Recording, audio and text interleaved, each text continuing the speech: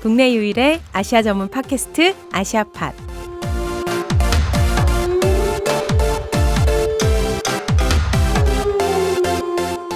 아시아 나라들의 역사, 정치, 문화를 조금 더 깊이 들여다보는 아시아 TMI 터키 두 번째 시간입니다. 오늘도 김영종 교수님과 알파고 신하 씨 함께 해주고 계신데요. 안녕하세요. 안녕하세요. 알파고 신하 씨 할 때 시자가 뭐인지 아시죠? 모르는데요?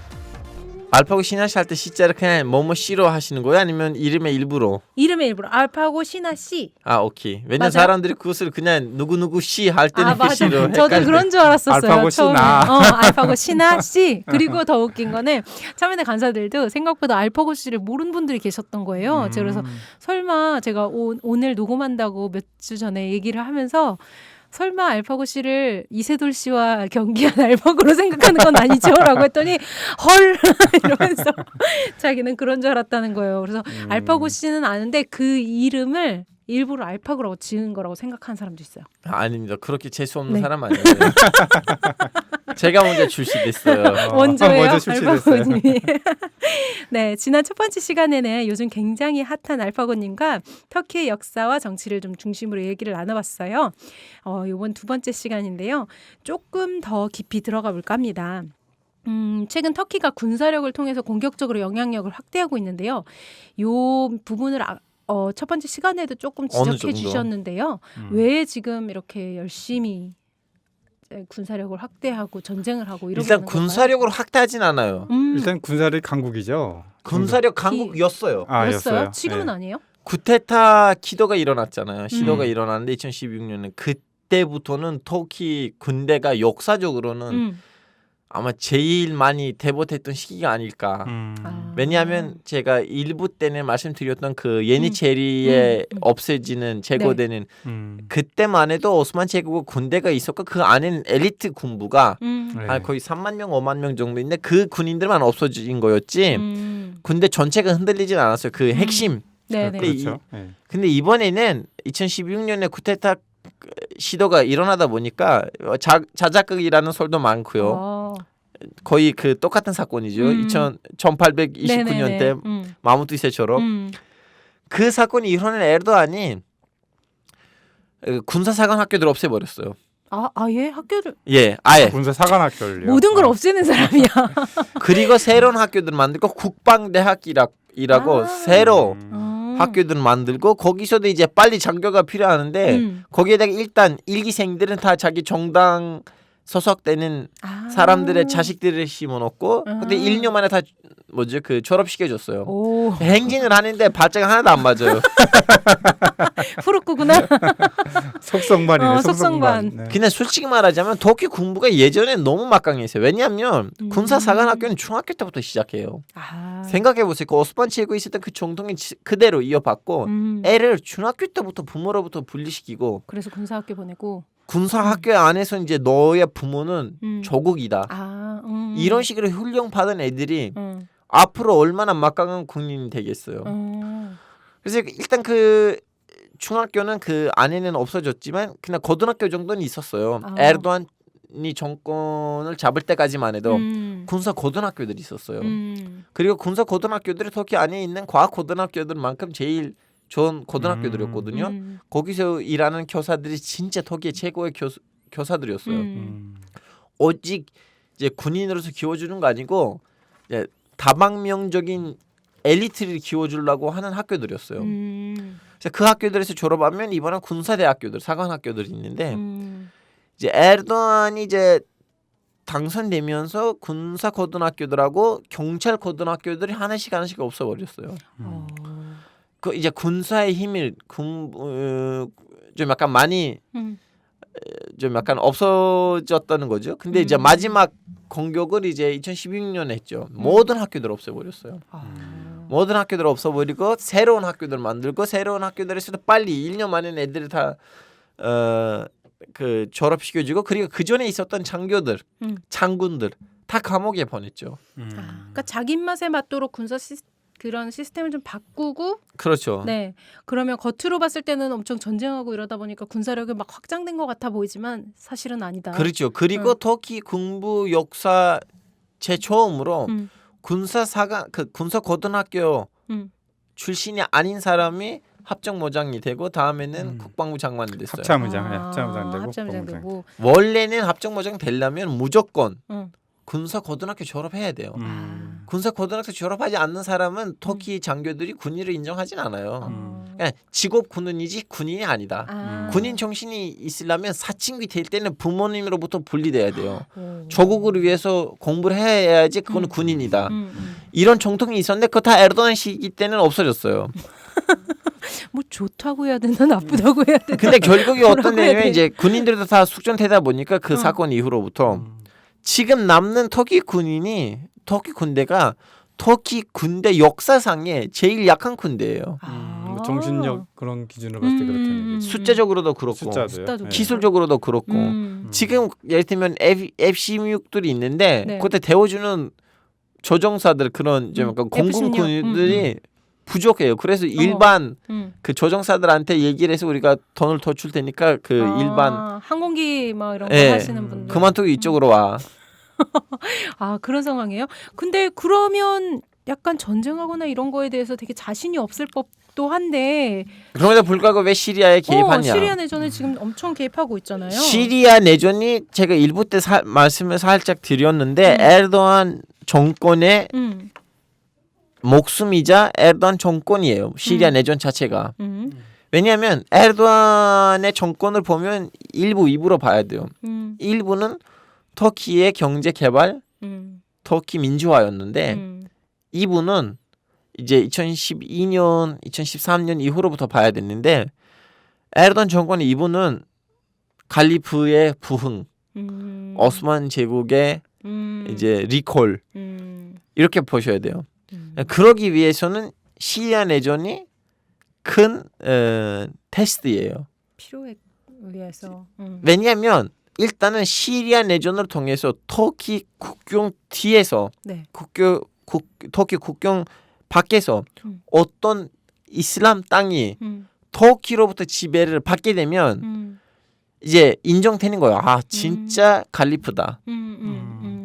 원래 에르도안이 시리아 전체를 먹으려고 했었어요. 그 발언들 보시면 우리는 다마스쿠스 이슬람 사원에서 금요일 예배를 하려고 했다.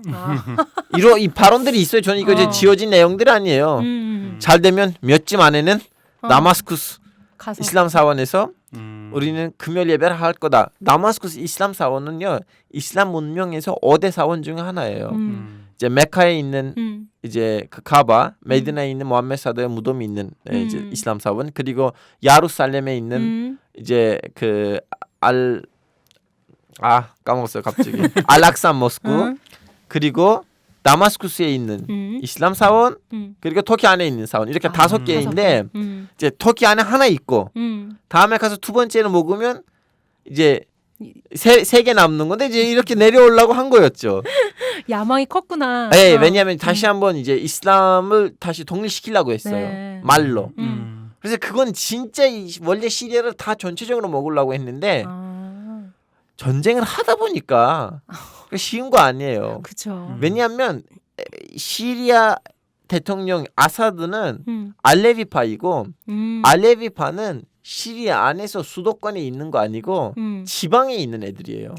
알레비파는. 예, 그래서 에르도안 입장에서는 시리아 내전이 일어나고 우리는 내전 때는 우리가 지지하는 세력이 빨리 압승을 받으면 그러면 대통령이 자기 같은 종파가 있는 지역으로 물려질 거고 수도가 우리한테 남을 것이다. 수도가 비워질 것이다. 예. 어쨌건 뭐 전략적으로 생각한 거네요. 왜냐면 순니파가 지금 수도에 더 많아요.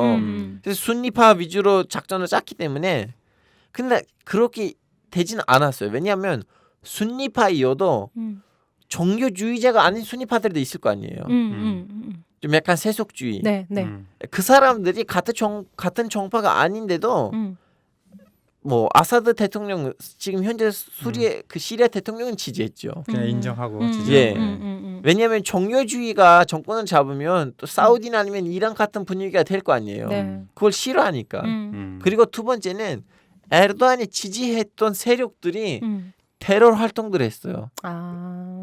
그리고 에르도안의 통제로부터 벗어났죠. 이제 더 이상 통제가 안 되는 애들이었어요. 그러다 보니까 이제 에르도안이 자기도 이제 탈출구를 보지 못했던 블랙홀에 떨어진 거예요. 근데 그 사이에는 무슨 일이 일어났냐? 이제 우리 언론사가 왜 에르도안으로부터 뺨을 맞으면 이제 폭로하는 내용에 따르자면 저는 잘 모르겠어요. 에르도안의 측근 회사들, 자기 가족 회사들이 거기 있는 IS를 포함한 그 테러 조직들한테 석유를 주고, 석유를 받고 대신 구식 무기를 준다. 재래식 무기를 준다. 예, 이건 지금 전쟁범이거든요. 국제 전쟁범. 이거는 뭐 이렇게 되면 이제 국제 재판소에서는 재판받아야 되는 내용이거든요. 그러다 보니까 그럼 이런 모든 혐의들을 다 가라앉으려면 거기 전쟁이 에르도안이 원하는 입맛으로 마무리돼야 돼요. 에르도안이 지지했던 애들이 거기서 어떤 땅을 확보하고 거기서 정상적인 나라를 만들면 그럼 테러리스트로부터 정상 국가로 변신된 거잖아요. 그걸 지금 못 하고 있어요. 그거 돼야지 에르도안의 모든 문제가 목숨 문제가 해결되는 거예요. 이렇게 말씀드리면 돼요. 탈리반 아시죠? 네. 탈리반 지금 아프가니스탄에서 아프가니스탄 5년 동안 다스린 적도 있었어요. 네네. 96년부터 2001년까지. 그렇죠. 다음에 에르도안 그 미국이 테러 조직으로 지목을 했고 오랫동안 싸웠다가 지금 협상하잖아요. 네, 평화협상했죠. 그리고 지금 아프가니스탄 간다르 지역에서는 이제 합법적인 세력으로 인정받고 있어요. 그래서 에르도안의 생각이 그거예요. 내가 했던 이러한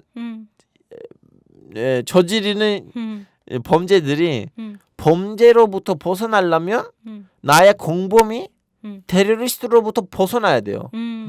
그러기 위해서 걔네들이 위한 땅이 필요하고 거기로도 합법적인 세력으로 국제적으로 인정이 받으면 그럼 더 이상 범죄가 아니죠. 범죄가 예. 아니니까. 합법화. 그러면 어쨌건 에르도안 대통령은 시리아 내전에 대한 사활을 걸고 할 수밖에 없는 뭐 거네요. 올인한 거죠. 네, 올인한 완전 거예요. 올인한 거네요. 작년 10월에 그 터키가 평화의 샘 군사작전을 해서 시리아 북동부 쿠르드 지역도 무차별적으로 공습했잖아요. 그거는 다 보이는 내용이에요. 에르도안은 사실은 쿠르드 문제에 대해서 이렇게 예민한 사람 아니에요. 나머지 투르크 사람들처럼 쿠르드 사람들 나라 만들면 안 되겠다. 쿠르드 사람들 막아야겠다고 하는 사람 아니에요.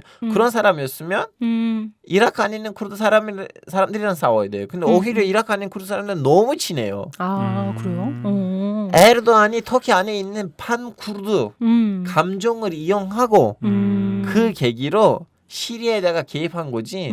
에르도안은 쿠르드 사람들에 대해서 이렇게 반감이 없어요? 본능적으로 나머지 좀 약간 우파들처럼 본능적인 반감이 없는 사람이에요. 때려가 되면 그 사람들 손 잡을만 해요. 근데 이거 있긴 있어요.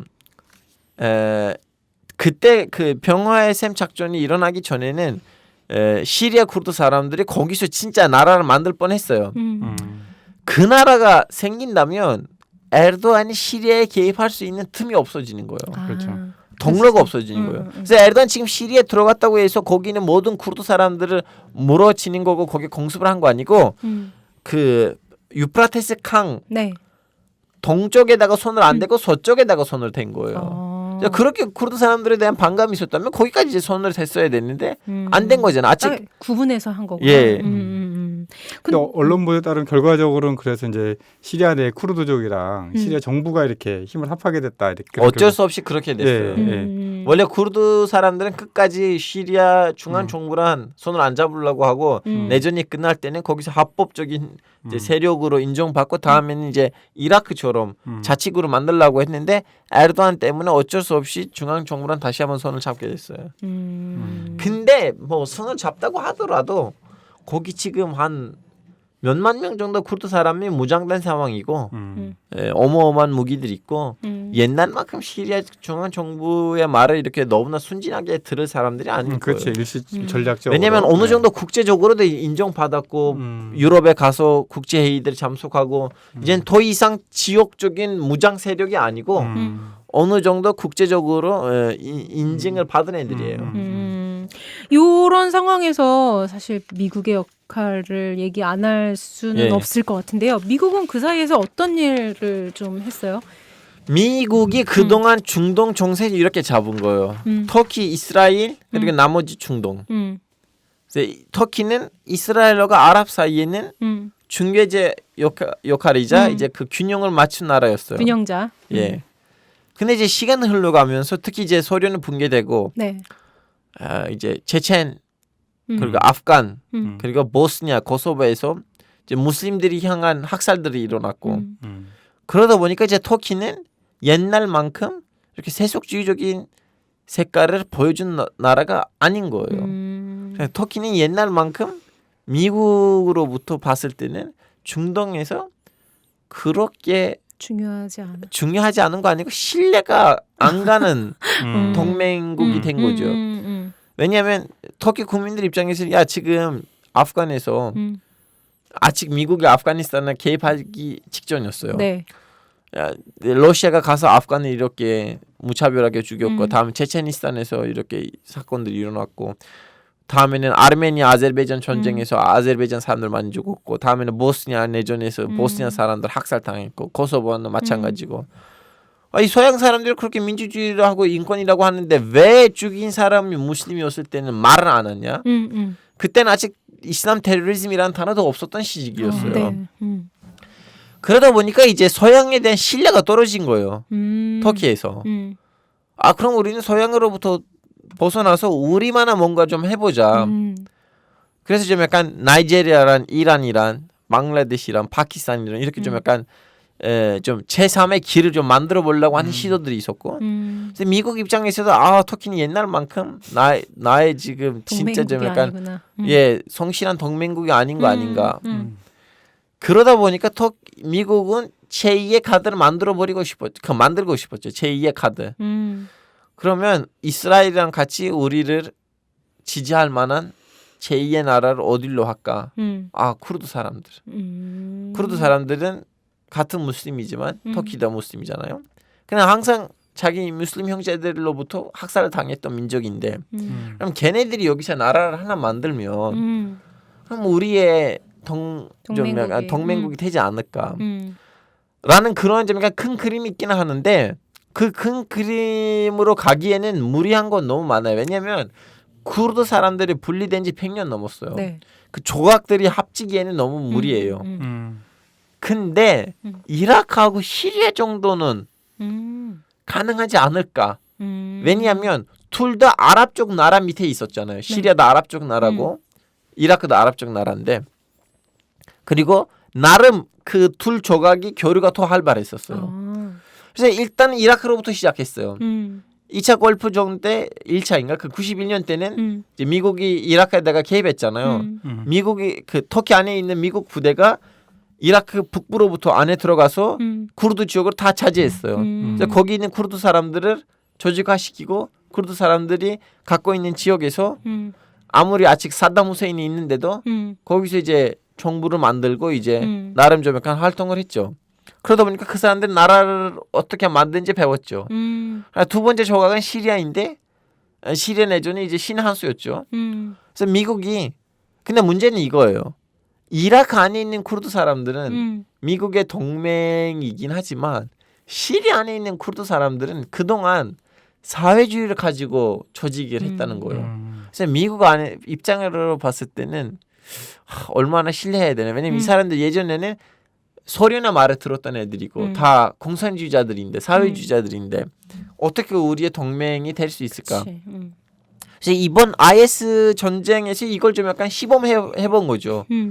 IS라는 전쟁 했다고 해서 시리아 안에 있는 그 사회주의자 쿠르드 사람들한테 무기 지원을 하고 이제 나름 군사 교육을 같이 하고 등등을 했는데 모르겠더라고요. 안 되겠는 같이 거. 해볼까 말까 아직도 그리고 걱정이 있어요. 뭐예요? 이 미국 입장에서는 쿠르드 사람들이 통일된다면 중동에서 그것이 이라크 안에 있는 바르자니 가문 위주로 돼야 돼요. 왜냐하면 제일 성실한 쿠르드 세력이 바르자니 가문이에요. 지금 현재 이라크 쿠르드의 대통령이죠. 근데 둘이 같이 합장하기에는 시리아 쿠르드 사람들이 그걸 받아들일까? 근데 미국의 역할이 그 정도예요. 최대한 빨리 중동에 있는 이라크 쿠르드 사람들이 이라크 안에 있는 바르자니 위주로 좀 통일됐으면 좋겠다. 미국의 계산은 예. 그 정도라고. 그래서 결국 지난 3월 5일에는 근데 러시아하고 터키 그리고 시리아 여기 부분에 있어 이들립에서 휴전을 했잖아요. 그 휴전 할 수밖에 없었죠. 매일매일 터키 군인이 죽어요. 매일매일. 그러니까 엄청 많이 그러니까 전쟁하다가 죽인 것도 아니고 그냥 그 러시아가 그냥 버튼을 눌리고 죽여요. 이렇게 전쟁하다가 전투가 있으니까 죽인 거 아니고 어쩔 수 없었어요. 그래서 그냥 결국에는 여기에는 사실 미국의 입김 같은 게 있어요? 아니야, 이거는 전혀 없어요? 사실 이런 거예요. 터키는 예전에 미국 그 러시아랑 합의한 내용이 있었어요. 우리 이제 좀 약간 좀 쉬자. 러시아도 알았다고 했어요. 그 2018년 아니에요? 예, 근데 그 내용이 이거예요. 그 그 내용이 이거예요. 터키는 해군을 가지면 안 된다. 그러니까 해군 아니고 공군을 가지면 안 된다. 육군만 있어야 된다. 그리고 러시아가 얘기했어요. 우리는 터키 군인을 손 안 댈 거다. 왜냐면 니네들은 협정을 했어요. 근데 니네들도 테러 조직들로부터 거리를 둬야 된다. 왜냐면 우리는 거기 테러 조직을 보면 이제 러시아 입장에서 테러이라는 말이 반정부죠. 시리아 반군. 우리는 시리아 반군을 보면 테러군을 보면 쌀 것이다. 공격하겠다. 그래서 니네들 군인하고 테러 조직들이 거리를 같이 있으면 니네들 군인도 죽일 것이다. 근데 이제 문제가 뭐냐면 유엔 보기에는 테러 조직하고 러시아 보기에는 테러 조직하고 터키 보기에는 테러 조직이 전지차이예요. 다르다는 거죠. 다 각기 다른 테러 조직을 일단은 러시아는 되도록 유엔이랑 같은 입장을 취하려고 해요. 왜냐하면 유엔에서는 왕따 당하면 안 되니까. 근데 터키 보기에는 테러 조직이 아닌데 유엔이나 러시아 보기에는 테러 조직으로 보이는 집단들이 있어요. 그쵸. 그래서 터키 군인들이 걔네들이랑 같이 움직이다 보니까 이제 소련 아니고 이제 러시아이죠. 러시아가 이제 미사일을 쏴고 아니면 이제 공군으로 공습을 했을 때는 테러 조직들을 죽이려고 하다가 동시에 터키 군인들 죽게 됐어요. 근데 이제 왜 갑자기 이러한 사건이 벌어지냐? 이 터키는 더 이상 이제 힘든 거였죠. 서양이랑 너무 많이 나빠졌어요, 관계가. 그래서 일부러 소련이 나한테 이렇게 쓸데없이 공격을 하면 나토가 와서 그래 알았어, 너 우리의 동맹국이다라고 할 거라는 계산을 했죠. 근데 해봤는데 나토 보기에는 야 너는 너의 영토에서 공격을 당해야지 우리가 너를 와서 구해줄 건데 넌 남의 영토에 있잖아. 근데 미국 그럼 터키는 그래? 얘네들 동맹국이라고? 이거 무슨 동맹국이야 이 새끼들은 두고 보자 해서 그러면 그때까지 이제 난민들을 막고 있었잖아. 유럽 네네. 안 가게. 난민한테 야 가 이 새끼들아 가. 다 유럽으로 가. 그래서 서양이랑 갖고 있었던 그 협정을 깨트리고 다음에 러시아한테 가서 그래 알았어. 나 잘못했어. 너 어떻게 하면 돼? 합의하면 돼 이렇게. 네. 근데 이제 자 푸틴이 진짜 똑똑한 건 뭐냐면 푸틴이 오랫동안 KGB에서 일했던 사람이잖아요. 그러니까 정치적 싸움을 통해서 이렇게 대통령 된 거 아니고 어마어마한 그 국가 지도자로서의 그 경험 쌓인 사람이에요. 푸틴 입장에서는 터키는 그렇게 강력한 뭐 동맹국이 될 만한 나라가 아니에요. 푸틴 입장에서는 이 터키를 가지고 나는 이 나토를 흔들리게 만들면 돼요. 그리고 에르도안의 목숨이 길면 길수록 러시아한테는 이득이에요. 왜냐하면 서양이 터키를 통해서 시리아에다가 개입을 하는데 터키가 에르도안 덕분에 이렇게 흔들리고 있어야지 서양이 시리아에다가 덜 개입하고 오히려 러시아가 시리아에서 나름대로 이렇게 정리를 할 것이다. 그래서 에르도안한테 필요한 거 뭐예요? 내전이 길어지는 거. 그래서 러시아도 알았다. 너 원하는 거 뭐야? 해보자고 해서 러시아는 최대한 원하는 것을 받았고 에르도안한테 필요했던 거 그거였어요. 당분간 우리한테 싸지 마. 알았어 안 살게. 니네들 이 길 겉돌아 가면 나 거기서 니네들 옆에 테러리스트 있어도 봐주겠다. 그래서 그 M4하고 M12사인가 그 도로 이름을 까먹는데 도로가 있어요. 그 도로 뒤쪽으로 가라고 했어요. 뒤쪽으로 가면 니네들이 옆에 뭘 있어도 안 살게. 그냥 도로 이쪽으로 오면 넘어오지만 마 이런 거예요. 네. 그래서 뭐 알았다고 정리된 거예요.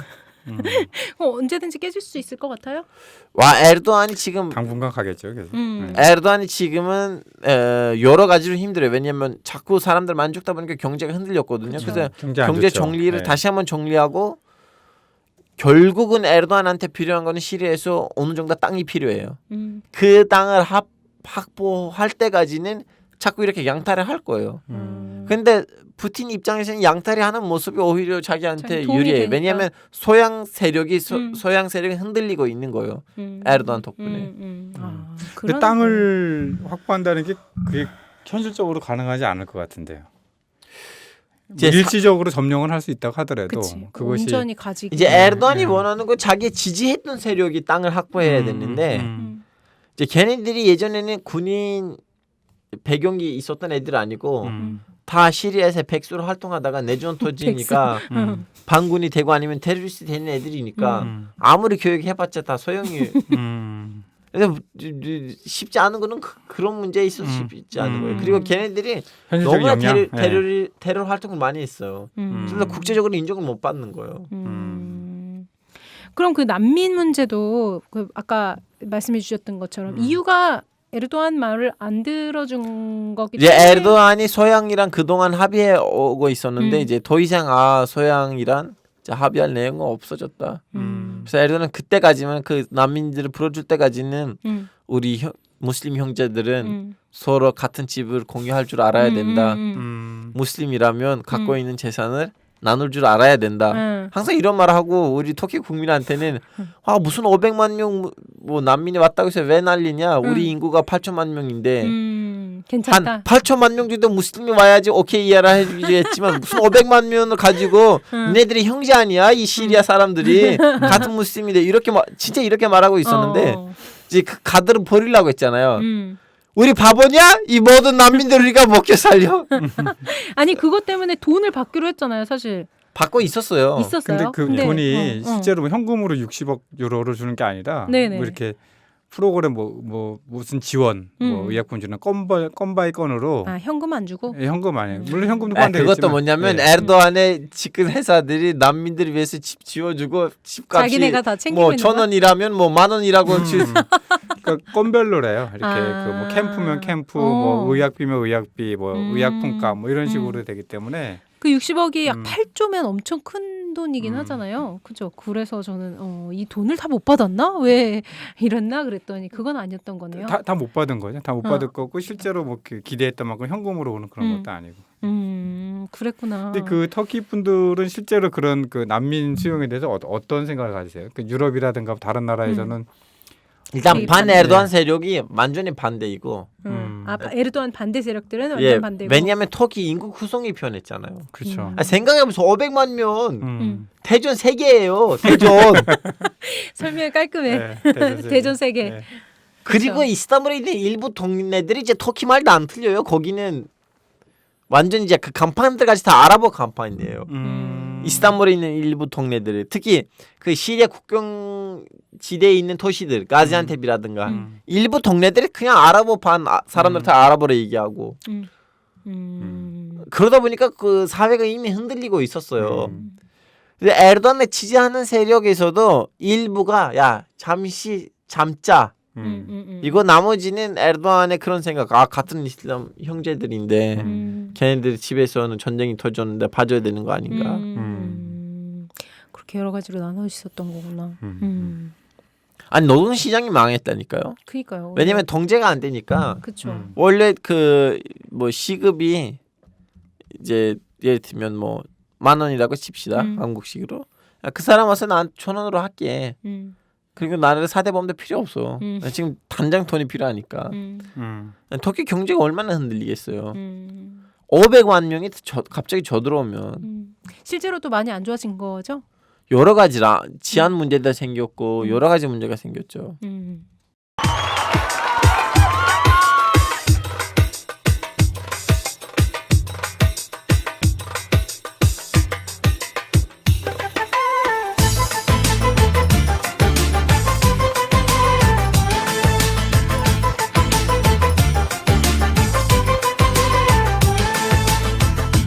Ağlamadan ayrılık olmaz. Hatıralar uslu durmaz.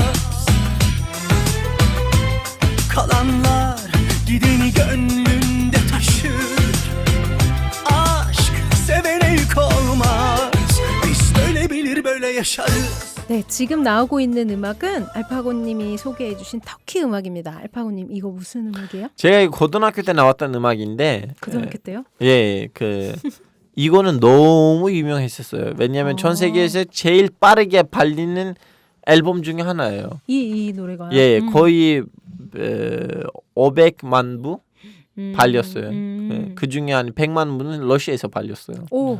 예, 이제 터키의 리키 마르틴으로 알려진 타르칸이라는 가수의 음악인데 이분이 진짜 한참 예를 들면 앨범 하나가 잘 되면 두 번째 앨범이 안 돼야 되는데 이분이 제가 초등학교 때부터 이제 앨범이 나와서 잘 됐는데 이어서 실패된 앨범이 없었거든요. 무조건 다음 앨범이 그 전 앨범보다 더 잘 되고 이런 식으로 이 사람이 거의 10년 넘게 탑스타 명칭을 유지했어요. 터키에서뿐만 아니고 이제 발칸반도, 러시아. 왜냐면 러시아 애들이 이제 수영하려고 터키 남부 지역이거든요. 남하천책. 그러다 보니까 이제 터키 남부 지역에 가면 그럼 거기 있는 나이트클럽들에서 이 사람의 노래가 들릴 거 아니에요. 그래서 이 사람이 외국에서도 전 중국에서 이제 중국 친구들이 있었는데 중국 애들까지 다 알고 있었어요. BTS네요. 그때 BTS였죠. 터키 이분이 BTS. 진짜 한 번 공연하면 몇만 명이 기본적으로 경기장에 와서 듣고 있고 그러신 분인데 그 중에서 제일 이제 대표적인 음악 하나를 선정했습니다. 무슨 내용이에요? 이제 여자가 얼마나 예쁜지를 그렇죠. 묘사하는. 네, 그런 음악들이 잘 돼요. 아니 음악 가사도 그러는데 리듬이 좋아서. 노래가 좋은 거네요. 네. 타르칸이 부르는 누드 할 때 누드. 두두. 예. 네. N 아니고 티그띠예요. 두두. 타르칸. 예, 네. 타르칸. 네, 타르칸이라는 가수가 부르는 두두입니다. O da biliyor, o da seviyor. Bile bile kafa tutuyor aşka.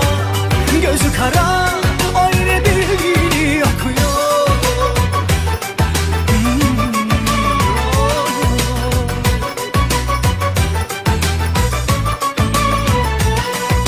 Çiçek gibi tazecik, kıymetli bir tanecik, ana sütü gibi tertemiz.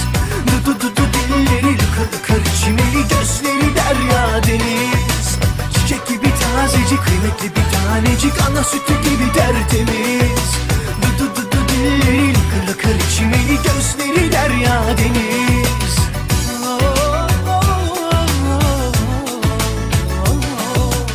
네, 지금까지 조금 깊은 이야기들을 나눴었는데요. 좀 무겁게 느껴질 수도 있을 것 같아요. 이제 좀 그래도 가벼운 얘기를 좀 해봐야 되지 않겠어요? 알파고님, 터키 문화 사실 잘 모르는 한국 사람 많거든요. 특별한 점이 있다 그럼 뭐라고 생각하세요? 터키 사람들은 시끄럽게 웃는 거 좋아해요. 이렇게? 이거는 아무것도 아니에요? 아무것도 아니에요. 어떻게 웃어요? 한번 해줘봐요. 웃으실 때는 일단은 눈물이 나야 돼요. 그 에모지는 아무것도 아니에요. 아, 진짜 이렇게 예. 막 눈물 흘릴 정도로 예. 웃어야 되는 거예요? 안 웃겨도?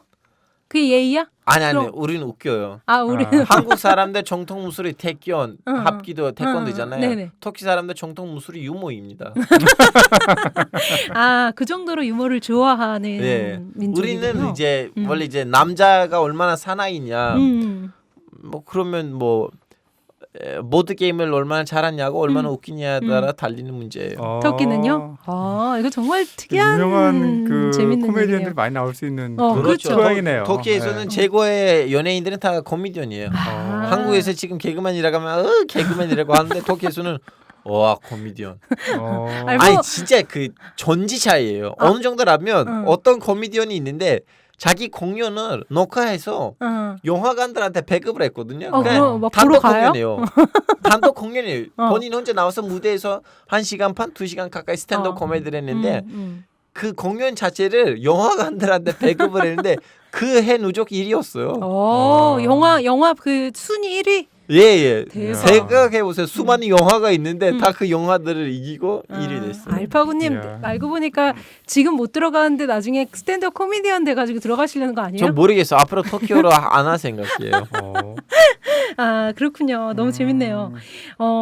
터키 최근에는 우리 요즘에는 그러니까 세대 차도 있고 전 세계적으로 한국도 그렇고요. 네. 약간 뭐랄까 세계가 많이 변하고 있다는 네. 느낌 있잖아요. 터키에도 그런 기운이 좀 감지돼요. 터키 사람들은 종교적이나? 변화를 제일 빠르게 내면화하는 사람들인 것 같아요. 예를 들면 제 엄마가 인스타 잘해요. 진짜요? 예. 인스타 좋아하시고 SNS 잘하고. 예, 저는 예를 들면 어제 어디에 갔는데 집에 와서 이 사진을 올릴까 말까 했는데 벌써 엄마가 인스타에다가 올렸어요. 다 전반적으로 분위기가 그래요? 네. 아. 너무 이 터키 사람들 이제 수다적인 민족이니까 수다를 너무 좋아하거든요. 그래서 온라인 수다다. 약간 이렇게 말로 많은 것들을 소통하는 뭐 새로운 걸 또 받아들이는 속도도 빠른 것 같네요. 예를 들면 제 할아버지가 38년생이거든요. 네. 아직도 무역하고 있어요. 5년 전인가 8년 전인가 기억하지 못하지만 제가 이제 터키에 방문하러 갔죠. 제 가족을. 할아버지랑 만나는데 할아버지 이제 안녕하세요. 잘 지내 뭐 한국 어때냐 그냥 기본적인 인사만 하고 난 다음 바로 이거였어요. 야 선조야. 나 인터넷 쇼핑하고 싶은데 인터넷에다가 가격 어떻게 여나? 그 제품들 어떻게 인터넷에서 봤냐? 지금 그 연세에도 할아버지도 본인 직접 하려고? 왜 못해? 할아버지 이거 못하실 것 같은데 야! 나 지금 전 세계에 다 육로로 다니는 사람인데 그걸 못하겠어? 가르쳐주면 되는 거 아니냐? 저는 대단하다고 생각했죠. 변화를 제일 빠르게 내면화 할 수 있는 사람들이라고 생각해요. 그러면 약간 종교적인 거에도 변화 같은 게 느껴져요? 터키는 예를 들면 무슬림이라고 하잖아요. 네. 그렇게 스펙트럼이 제일 넓은 무슬림 사회는 터키 말고는 없을 거라고 생각해요. 스펙트럼이 굉장히 넓다. 자, 스펙트럼 말씀드릴게요. 네. 이슬람 나라인데 누드 비치가 있는 유일한 나라가 터키예요. 말레이시아에 있어요? 없어요. 네. 네, 선생님 말레이시아 사람처럼 거기 지금 대답하고 40%가 있어요. 무슬림 아니잖아요. 중국 그렇죠. 사람들. 맞아요. 누드 비치 없잖아요. 네, 못 들어봤죠. 왜 혼나는 것 같은 기분이야? 터키는 누드 비치가 한두 개 아닙니다. 진짜요? 유럽에서 제일 유명한 누드 비치들 다 터키에 있어요. 터키 가야 되겠다. 그래서 좀 약간 나쁜 얘기지만 좀 부끄러운 얘기지만 매춘은 합법이에요 터키에서. 그 참 이슬람 국가로서는 쉽지 그렇죠. 않은 일이죠. 근데 예를 들면 이 끝을 보여줬죠. 이렇게 끝판왕은 네. 이 정도인데 이슬람을 제일 보수적으로 살다고 하는 집단들, 종교 집단들도 다 터키에 있어요. 사우디는 비교 대상 아니에요. 그래요? 그 정도예요. 그럼 거의 끝이 그렇죠. 다 있는 거예요? 예. 젊은이들도 분포가 다 그렇게. 그렇죠. 그렇구나. 젊은들 중에서 뭐 무신론자도 있고 근데 그런 젊은 나이에도 거의 수도원에 있는 이슬람 스님 정도로 이슬람을 사는 애들도 있어요. 예를 들면 무조건 이제 육류라고 해야 되나 고기 같은 거 절대 안 먹고 일주일에 2번 라마단이 아닌데도 일주일에 2번 단식을 하고 목요일 월요일 철저하게 예 지키는. 그리고 하루에 원래 5번이잖아요 예배. 그분들이 하루에 7번 8번 예배하고 밤에 원래 그 밤 늦은 시간에 뭐 3시 4시잖아요. 그때 예배가 없어요. 그냥 그때도 일어나고 예배하고 왜냐면 그때는 이제 사도들의 예배이니까 나도 사도들의 뭐 후계자가 되고 싶으니까 뭐 그런 애들도 있어요. 그게 극이에요. 그럼 터키 가가지고 복장이나 우리 이제 외국 이제 눈치를 보셔야 돼요. 눈치를 잘 봐야 돼요. 그런 어떤 동네예요, 이 동네가. 동네에 따라 옷을 입으셔야 되거든요. 저는 너무 좀 약간 짜증난 거 뭐냐면 한국 사람들은 원래 눈치가 있는 민족인데 해외에 나가면 그 눈치가 없어져. 뼈 때리는 지적이야. 눈치가 없어져요. 제가 이걸 눈치를 놓고 가나 보죠. 한국에다가. 진짜 그런 거예요. 저는 이걸 어디서 느끼냐면 집사람이랑 같이 마케도니아 갔는데 이제 코소보에서 마케도니아 버스로 넘어갔어요. 이제 마케도니아 코소보 다 불과 몇 년 전에는 내전이 있었던 나라들이잖아요. 그때 사람들이 자기 이웃을 칼로 죽이고 그랬던 시절인데 하여튼 우리는 이제 국제 보수 터미널에 도착했고 왜냐면 코소보에서 왔던 거잖아요. 다음에 호텔로 가야 되는데 거기 이제 택시 아저씨들 다 합의를 해요. 주소를 보여주면 나 이 정도로 데리고 가겠다. 이제 어떤 아저씨가 뭐 1유로라고 했어요. 1유로 얼마예요? 1유로 지금 얼마예요? 1,500원이잖아요. 택시 타고 갔는데 되게 싸다. 딱히 그 정도 거리가 아닌 것 같아요. 그래서 끝나고 나서 집사람은 갑자기 택시 아저씨랑 싸우기 시작했어요. 너 사기친 거야? 이렇게 가까운 거리인데 무슨 1유로야? 반 유로로 하자. 저도 여보 빨리 가지. 지금 여기 내전이 끝난 지 얼마 안 된 나라인데 이 사람들 지금 500원을 가지고 500원 가지고 아니 그 택시 기사들 보시면 다 등치가 이렇게 크고 여기저기 문신 있고 그 내전에 그 냄새가 생생 나거든요. 근데 눈치를 놓고 갔어.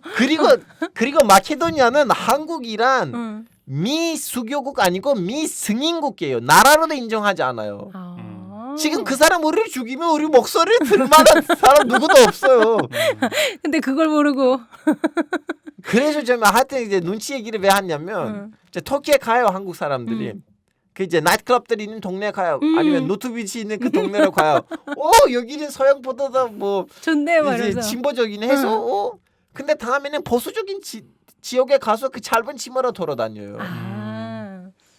눈치를 진짜 집에 놓고 왔네. 봐야 돼요. 여기는 어떤 그러니까, 동네, 여기는 분위기를 어떤 동네. 어떤지. 그렇죠. 좋은 팁이에요 정말. 그 다양성에 대한 굉장히 살아있는 예네. 예. 그러면 그런 눈치를 잘 봐가면서 꼭 다녀봐야 되는 이 터키의 여행지 절대 놓치지 마라. 너무 많아요. 이거는 너무 많아요? 진짜 멀어요.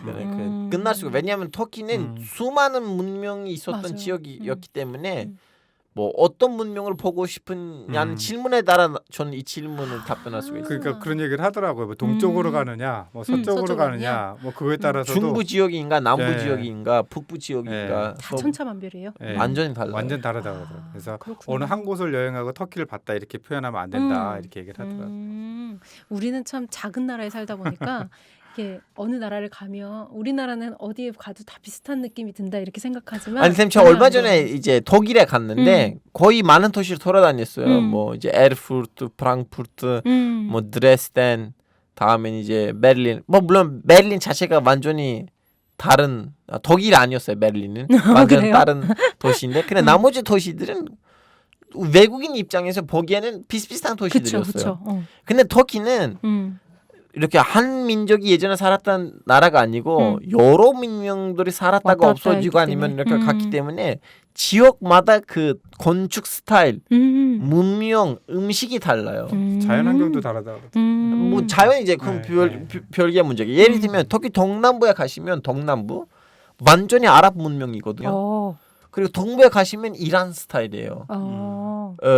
이제 북부 쪽으로 가시면 좀 약간 코카스 지역, 아르메니아, 구르지아. 중부 지역에 가시면 이제 그 셀추크 제국의 그 모습. 이스탄불 가시면 거기는 어차피 로마 제국의 수도였기 때문에 별개고. 서부에 가시면 이제 그리스 도시 국가들, 네. 에페소스, 한국에서 에베소라고 하죠. 베르가마 이거 다 달레스 아니면 피타고라스의 고향들이거든요. 그 건축물들 그대로 남아 있어요. 지역마다 완전 달라요. 그럼 한 달은 잡고 가야겠네요. 좀 돌아다녀. 뭐 나름. 네. 그렇구나. 음식도 그럼 다 달라요? 그렇죠. 예를 들면 저는 동부 사람인데 우리는 아침에도 고기 먹는 건데 예를 들면 널마이라는 음식이 있어요. 널마. 이 말이 무슨 말이냐면 재우기, 재운다, 재움. 고기 재운다. 이제 고기인지 아닌지를 지역에 따라 다르죠. 뭐든지 재워서 먹는 거. 뭐냐면 이제 우리는 이제 동부 지역에서는 우리는 피망 있잖아요. 피망. 네. 피망 안에다가 고기를 넣어서 다음에 우리 찜으로 해요. 찜. 그래서 이제 그 이제 피망도 이제 익히고 고기도 익히잖아요. 이제 서부에 갔는데 음식 똑같이 널마예요. 네. 근데 피망 아니에요. 그럼 뭐예요? 돼요? 호박이에요. 또 색다르다. 네. 호박 우리도 가끔씩 호박 쓰긴 써요. 근데 기본적인 재료는 우리한테 피망이에요. 아니면 가지인데 호박을 가끔씩 써요. 오케이 호박은 괜찮다. 먹어봤는데 안에 고기가 없어요. 쌀만 있어요. 쌀. 호박 안에 쌀 넣어서. 이거 뭐야 이거 무슨 널마야.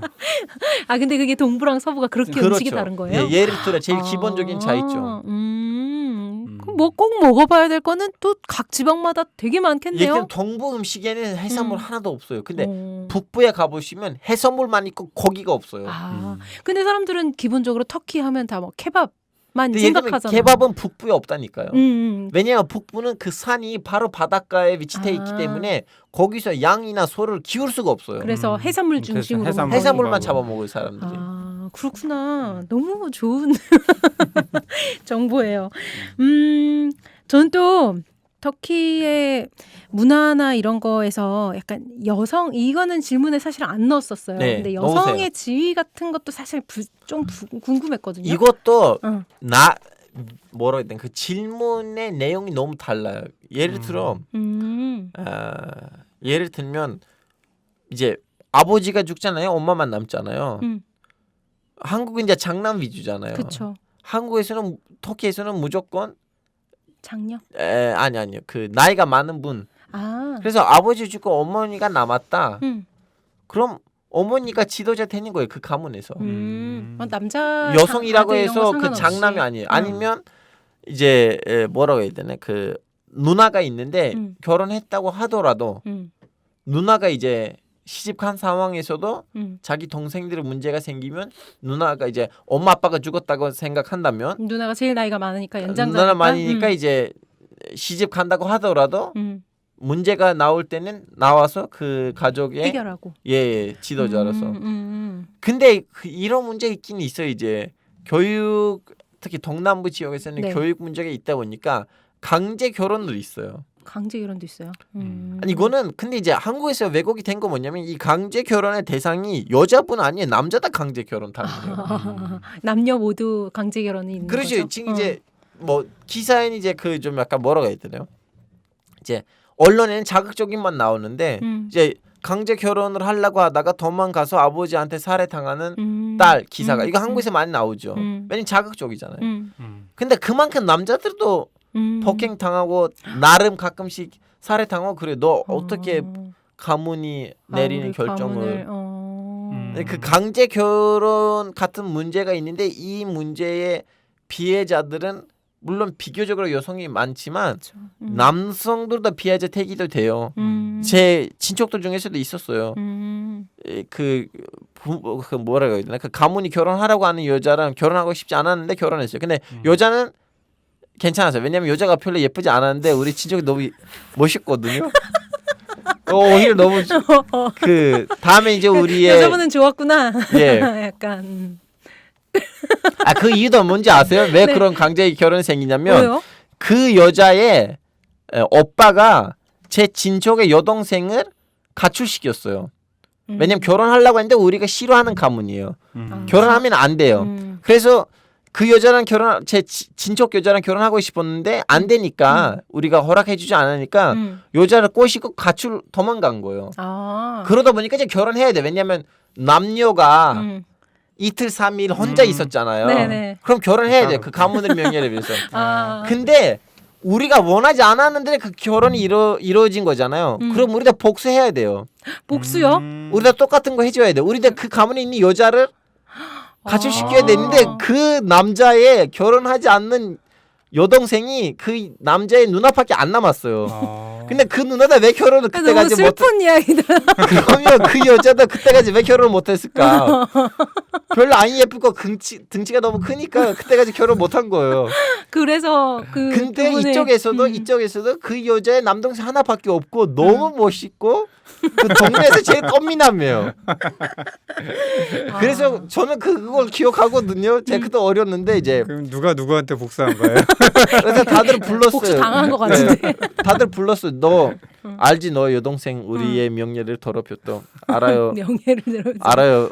큰 아버지. 너도 이제 우리의 가문의 명예를 이제 회복하기 위해서 회복해야 된다. 예, 알아요. 그럼 어떻게 해야 되는지 알아요? 모르겠어요. 너 가서 그 남자 새끼 누나를 가출시켜야 돼요. 너 가서 그 남자의 누나를 가출시켜야 돼요. 잠깐만요. 큰아버지. 그 남자의 사촌 동생들도 있잖아요. 다 같은 가문 아니야? 그 누나 말고. 그 누나 말고 다 여자를 가출시키면 안 돼요? 아니야. 똑같이 해줘야 돼.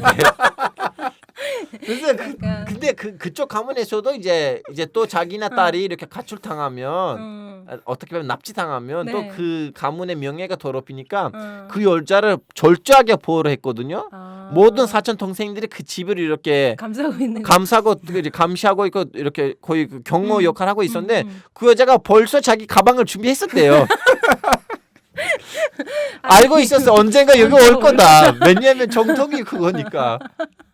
아니 이게 너무 슬픈 얘기고 되게 그 뭐랄까 여자분은 뭐 가족사적으로 되게 힘든 얘기인데. 그러니까 도망가는 가정에서도 그 여자가 일부러 야 잠깐만 나 신발 하나 여기 두고 갈게. 왜냐면 너는 나를 진짜 납치했다는 거 티나야 되니까.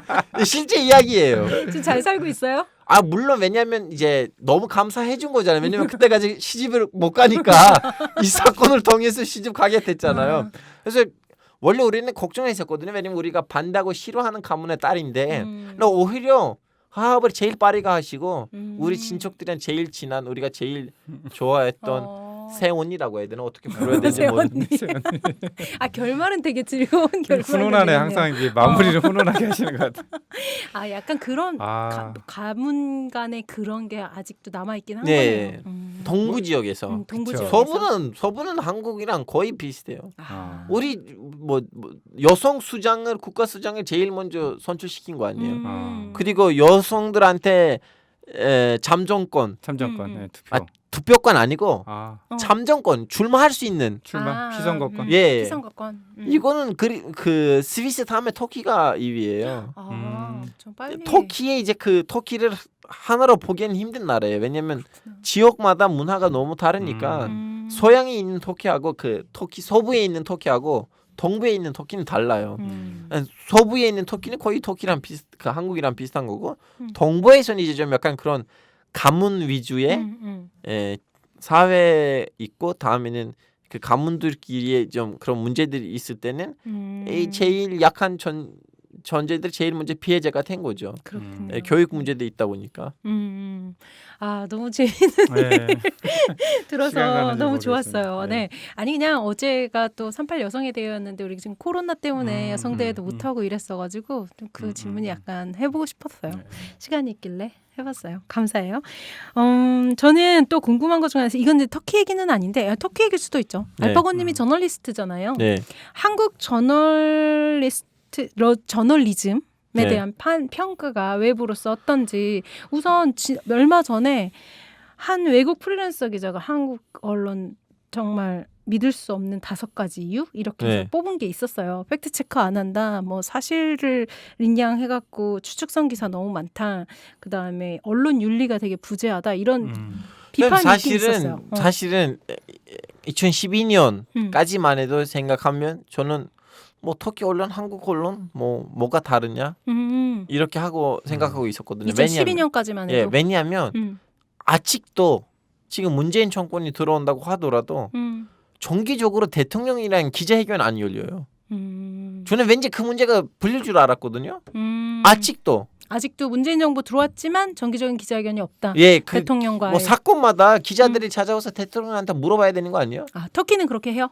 터키는 아직도 그렇게 해요. 근데 물론 거기에 들어오는 기자들을 다 절저하게 이제 통제된 근데 겉으로 봤을 때는 기자들이 너무나 뭐 대통령한테 편하게 질문을 던지는 거는 그렇게 사진이 돼 있지만 안 그러는 거죠 사실은. 근데 그 정통이 있다는 거잖아요. 네네네.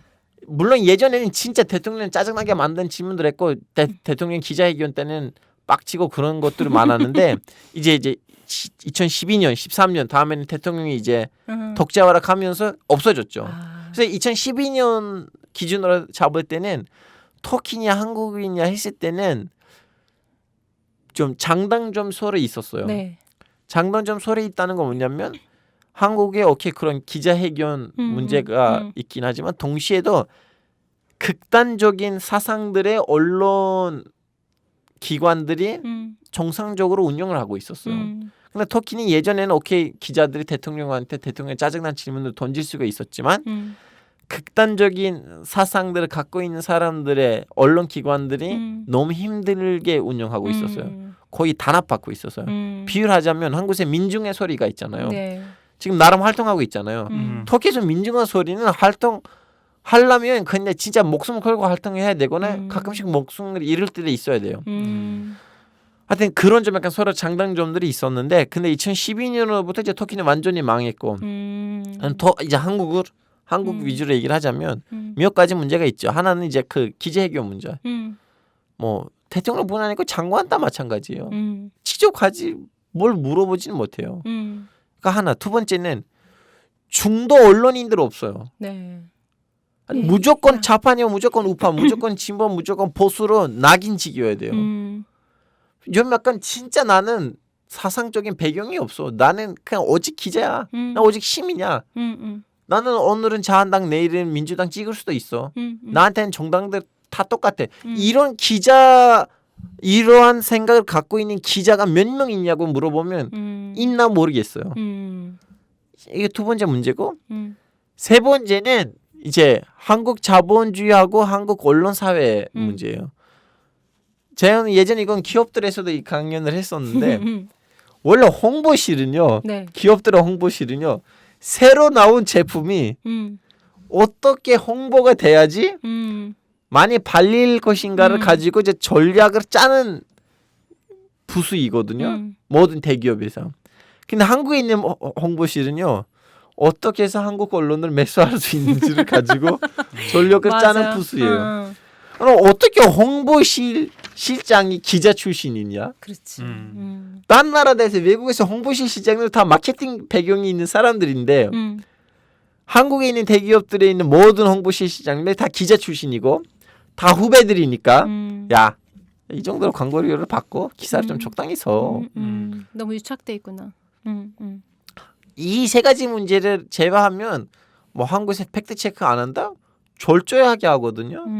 팩트 체크 안 된 기사들은 위로부터 지시를 받았던 기사들이지 한국 기자를 한국인 언론인을 그냥 냅두면 졸졸하게 팩트 체크를 해요. 그래서 문제가 있는 기사들을 조금 따보면 배경에는 다 외부의 개입이 있는 거예요.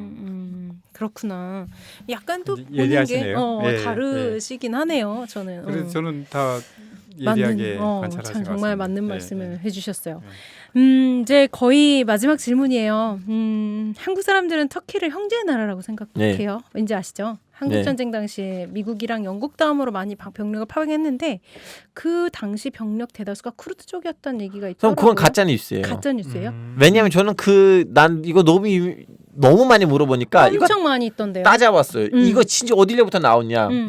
다음엔 알아봤어요. 예전에 어떤 한국 기자가 기자도 사실은 기자인지 아닌지 모르겠어요. 어떤 시민 단체에 이제 일본으로서 어떤 언론사에다가 동시에 이제 루프 기사를 쓸 겸 터키를 이제 한국 잠정 연사들을 방문하러 터키에 갔는데 이제 거기 있는 한국 잠정 연사들이 얘기를 하는데 몇 명의 쿠르드 사람이었고 그 사람들은 얘기를 하다 보니까 그 잠정 연사들 말하기에는 야 우리는 이제 한국에 전쟁하러 갔을 때는 우리는 다 서로 쿠르드말로 얘기하고 있었어. 그래서 다 쿠르드 사람이었어.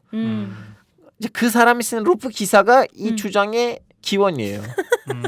와전된 그거 되게 많이 나오더라고요. 지금 저도 지금 쿠르드 사람이니까 이걸 가지고 그래 맞아 다 쿠르드 사람이었어. 사실 쿠르드하고 한국은 형제다 이렇게 할 수가 있는데 근데 이제 기자로서의 그런 좀 약간 윤리 그리고 인간으로서 양심인데 그건 가짜 뉴스다. 가짜 뉴스고 근데 이걸 말할 수가 있어요. 지금 터키 인구의 15%나 20% 정도는 쿠르드 사람이거든요. 그때 왔던 이제 사람들의 그 고향 위주로 봤을 때는 고향을 가지고 추측을 하자면 터키 부대 안에 있는 쿠르드 사람들이 원래 인구로 따질 땐 15% 20%라면 그때는 25%에 가깝다고 할 수가 있어요. 그래서 비교적으로 쿠르드 사람이 더 많이 왔다고 할 수가 있는 거지 비율적으로. 근데 숫자적으로 봤을 땐 절대적으로 터키 사람이 많았죠. 정보 진짜 팩트 체크를 오늘 해주셨네. 그 형제의 나라라는 말을 터키 사람들도 들어본 적 있나요? 물론이죠. 그래요? 터키 내에 터키에서는 맨날 얘기를 하는데 한국에 와봤더니 형제 나라 개념이 좀 약간 특이한 사람들이 있어요. 어떻게 해요? 아니 이게 진짜 있었던 일이에요. 누구 저한테 물어봤어요. 아 이거 어느 나라 사람이십니까? 저도 형제 나라에서 왔습니다 했더니 이북에서 내려오셨어요. 진짜 형제. 피를 나는 형제를 말한 아니 거야. 저는 분명히 형제 나라에서 왔다고 했는 거지 형제 나라에서 왔습니다 한 것도 아닌데 이북에서 왔니? 아니 얼굴도 이렇고 얼굴이 다른데. 너무 웃기다. 뭘 보고 저를 아니 농담한 거 아니야? 아니 진작에 물어봤다니까. 진작에 물어봤어요? 아 정말 신기하다. 놀때 홍대 참여연대 우리가 할 수 있는 것들 지금 뭐하네 놀때 홍대 참여연대 아직도 회원가입 하지 않고 뭐하네 놀때 홍대 참여연대 우리가 할 수 있는 것들 지금 뭐하네 놀때 홍대 참여연대 아직도 회원가입 하지 않고 뭐하네 바로 너 바로 너 바로 너 바로 너 당신이 우리의 든든한 배후 0% 0% 우리가 받는 정부 지원 0% 시위꾼 아냐 시민의 파수꾼 유엔이 인정하는 시민단체 파트너 행동하는 시민과 함께하는 권력 감시기구 참여연대 놀때 홍대 참여연대 우리가 할 수 있는 것들 지금 뭐하네 놀때 홍대 참여연대 아직도 회원가입하지 않고 뭐하네 놀때 홍대 참여연대 우리가 할 수 있는 것들 지금 뭐하네 놀때 홍대 참여연대 아직도 회원가입하지 않고 뭐하네 오늘 알파고님 얘기 들으니까 우리가 정말 터키를 잘 모르고 있었다는 생각이 그렇네요. 들어요. 네. 네. 알파고님 혹시 마지막으로 아시아파 청취자들한테 하시고 싶은 말 있으세요? 인스타 유튜브 구독 팔로우 부탁드립니다. 알파고 신하 씨입니다. 예, 사실은 쌍시옷. 알파고 신하 씨입니다. 마지막은 상시옷 이거 앞에 있는 거 앞에는 일반 씨예요. 시옷이에요. 네. 그래서 알파고님의 그 스탠드업 코미디도 좀 많이 들어주시고. 그래서 저는 유튜브에서 이제 해외 국내 공연들이 이제 자막을 깔고 올리고 있거든요. 그래서 좀 약간 구독수가 올라가야지 영업을 띄울 수가 있어요. 네, 알파고님이 오늘 진짜 많은 긴 시간 저희하고 같이 얘기해 주시느라고 목이 다 쉬셨을 것 같은데 너무 감사드리고. 우리 프로입니다. 걱정하지 마세요. 네, 좋은 분이에요. 김영정 선생님 어떠셨어요 오늘? 정말 많이 배웠고 무엇보다 되게 유쾌한 것 같습니다. 네, 너무 유쾌함 재밌었죠. 속에서도, 예, 네, 많이 저희가 배웠습니다. 더 즐겁게 매불쇼처럼 더 재밌게 할 수 있으면 좋을 텐데 오늘은 그렇게는 못했네요. 어쩔 수 없어요. 괜찮아요. 그리고 이따가 저는 이제 나가고 한 10분 드릴게요. 10분 안에는 이제 구독하는 마지막 사람들 이름을 나올 거 아니에요. 이제 여기 계신 PD님들하고 출연진의 이름 없으면 삐지겠습니까? 알겠습니다. 제가 알파고님의 그 SNS를 저희 간사들한테도 한번 올려보겠습니다. 너무 감사합니다. 참여연대 안에서 좀 약간 공식적인 좀 약간 네. 저희들의 그 유명인으로 셀럽으로 한번 아닙니다. 셀럽은 아니죠. 네, 오늘 셀럽은 지하철 안 탑니다. 그래요? 오늘 차 타고 오셨잖아요. 그래도 오늘은 차 타고 온 거지. 네, 오늘 터키의 다양한 모습을 너무너무 유쾌하게 전해주신 알파고님께 다시 한번 감사드리고요. 또 모실 수 있는 기회 있을까요? 그러기를 바래요. 네, 너무너무 감사해요. 잠깐만요. 또 모실 수 있는 기회가 있죠. 언제? 여기 지금 책 사이다가 있잖아요. 알파고님 책 쓰셨죠? 저 들었어요. 알파고님 우표 책도 쓰셨다고. 우표 아니고 화폐요. 화폐예요? 화폐래요. 이미영 간사의 아는 척하다가 코가 다친. 자기 우표로 뭐를 만들었다는지. 아까 잠깐 얘기를 들었는데 화폐 속의 인물들 굉장히 재밌을 것 같아요. 네. 근데 건물들의 이야기, 인물들의 이야기를 가지고 세계사를 풀어주는 책 하나 썼고 그리고 한국의 독립의 역사를 아이템별로 10개국의 독립의 역사를 비교해 나가는 책이 하나 썼어요. 제목 말해주세요. 세계 독립의 역사. 세계 독립의 역사? 예. 알파고 신하 씨께서 쓰신 책. 근데 세계 독립의 역사라고 하지만 그 안에 있는 이야기의 판이 한국 이야기고 나머지 판이 10개국의 말하자면 젊은이들 어떤 역할을 했어요. 한국에서 인도네시아에서. 종교가 어떤 역할을 했어요. 한국에서 멕시코에서. 이런 식으로. 너무 좋은 책이네요. 재밌더라고요. 꼭 읽고. 조만간 책 사이드에서는 들어보기를 바랍니다. 알겠습니다. 제가 한번 밀어보도록 하겠습니다. 네, 알파고님 지금 코로나 때문에 조금 심각한. 싱가포르 못 들어갔어요. 기분 그래요? 나빠요. 이번에? 예, 싱가포르에서 공연이 있었는데 그리고 어떤 재단에서 스피치가 있었는데 아침 싱가포르 도착했더니 바로 강제로 한국 도로 가래요? 예, 한국 비행기 타고 저는 중동놈이었을 때는 이 정도로 자존심 짓밟은 적이 없었는데 한국 놈이 돼서 그래요. 한국 여권을 받으면 왠지 나아질 줄 알았는데. 네, 코로나 조심하시고요. 건강하세요. 예, 감사합니다. 다음에 또 뵐게요. 예. 네, 아시아 고맙습니다. TMI, 네, 아시아 TMI 터키편 여기까지입니다. 지금까지 알파고 신하씨 씨, 김영준 교수님 함께해 주셨습니다. 들어주셔서 감사합니다. 예, 감사합니다. 감사합니다.